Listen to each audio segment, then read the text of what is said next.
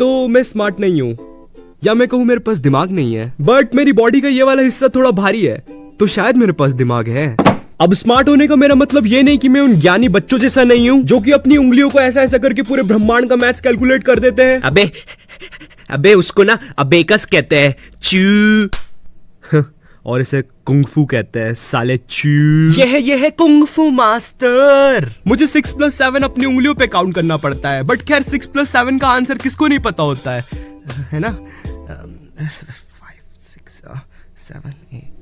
खैर ये वाले क्वेश्चन को अभी जाने देते हैं। तो जैसा कि अभी मैथ्स की बात हो रही है, तो तुम्हें मैं एक किस्सा सुनाता हूँ, मगर सॉरी टू से मैं ये नहीं बताऊंगा कि 11th की बात है, क्योंकि तुम लोग फिर सोचोगे कि कोई बंदा इतना बड़ा होके इतना गवार कैसे हो सकता है। तो एक दिन मैं क्लास में बैठ के मेरे दोस्त का होमवर्क छाप रहा था, और मेरा दोस्त पीछे बाकी बच्चों के साथ कुछ कर रहा था।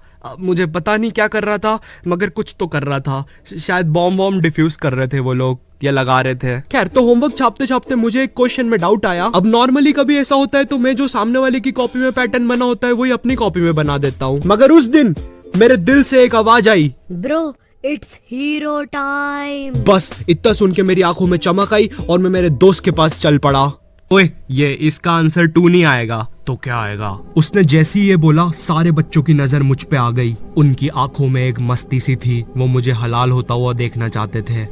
आयु, अब तेरे पास और कोई चांस नहीं है, अब तू पीछे भी नहीं हट सकता। मुझे एक करना ही होगा, इसलिए मैंने अपने दिमाग में सबसे हायर मैथमेटिक कैलकुलेशन लगाया और उसका आंसर दे दिया, इन्फिनिट।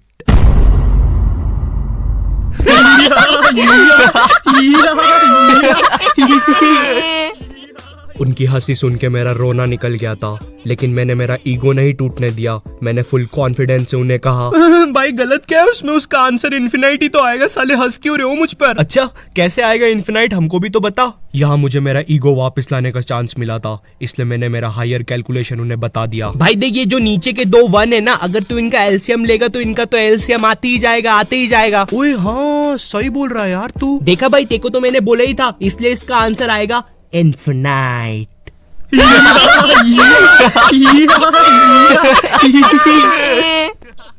उस समय मुझे इतना गुस्सा आया, मुझे किसी को पंच करना था, इसलिए मैंने खुद को पंच मार लिया। अब ऐसा भी नहीं है मुझ में कॉमन सेंस नहीं है, अगर गेट इधर है तो मैं उधर नहीं भराऊंगा। अब देखो, मैं कोई अभी ऐसा नहीं हुआ हूँ, मैं बचपन से ही डम्ब था। मुझे याद है मैं 4th क्लास में एक कोचिंग जाता था। हाँ, 4th क्लास में नहीं था यार मुझ में उतना दिमाग, मैं बस एक मामूली सा डफर था। रुको, मैं नहीं था डफर, ये था। सब कुछ इसकी गलती है, मुझे तो सब कुछ आता है। वैसे तू ये कर क्या रहा है? साले मेरी नाक क्यों कटवा रहा है? ऐसा तो नहीं था मैं बचपन में। पढ़ाई में पहले मेरा बहुत बुरा हाल रहता था। A for Apple, A for Apple. अब बोलो ए हाँ, एप्पल एप्पल ए एप्पल एप्पल ए एप्पल एप्पल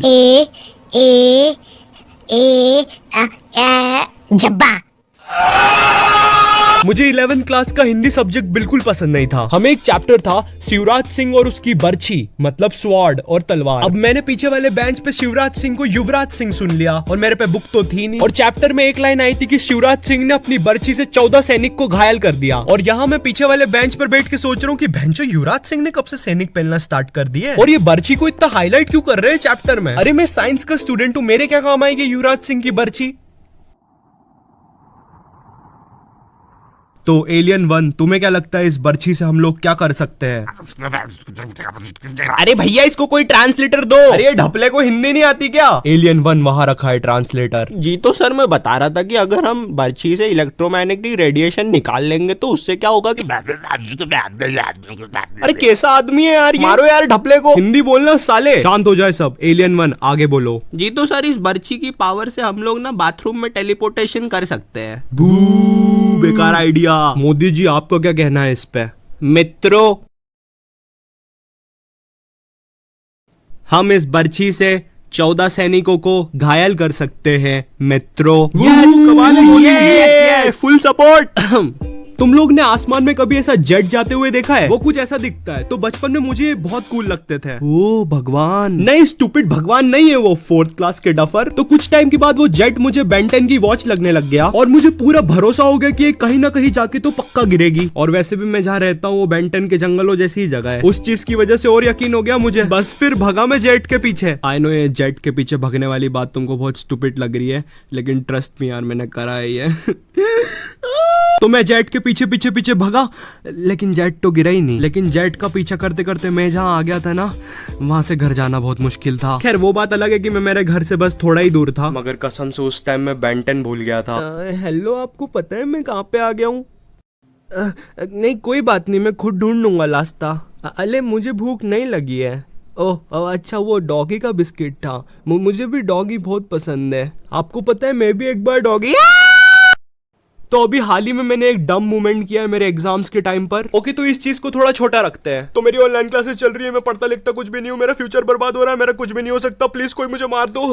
मजाक कर रहा हूँ, इतना सच कब से बोलने लग गया मैं वीडियोस में। तो हम लोगों का एक ग्रुप है, उसमें 9 मेंबर्स है। तो हम लोग ने डिसाइड किया कि एग्जाम्स में वाइवा के टाइम पर जो भी क्वेश्चन हमसे एक्सटर्नल पूछेगा, उस क्वेश्चन का आंसर बाकी लोग गूगल पर सर्च करके ग्रुप पर डाल देंगे। तो एक्सटर्नल ने मुझसे ग्रेविटेशन रिलेटेड कोई क्वेश्चन पूछा। तो मेरी एक दोस्त है रीत, भाई उसके दिमाग में पता नहीं क्या आया, उसने गूगल पे लिखा ग्रेविटेशन से रिलेटेड सबसे चोमू आंसर बताओ। भाई उसने केमिकल से रिलेटेड कोई क्वेश्चन पूछा था मेरे से। मैं उसको 5वीं क्लास की ग्रेविटी की डेफिनेशन सुना रहा हूँ जो रीत ने भेजी थी। Gravity sir, gravity sir, gravity. भाई वो एक्सटर्नल की भी हंसी निकल गई थी, पता है। और वर्स्ट पार्ट ये है कि अब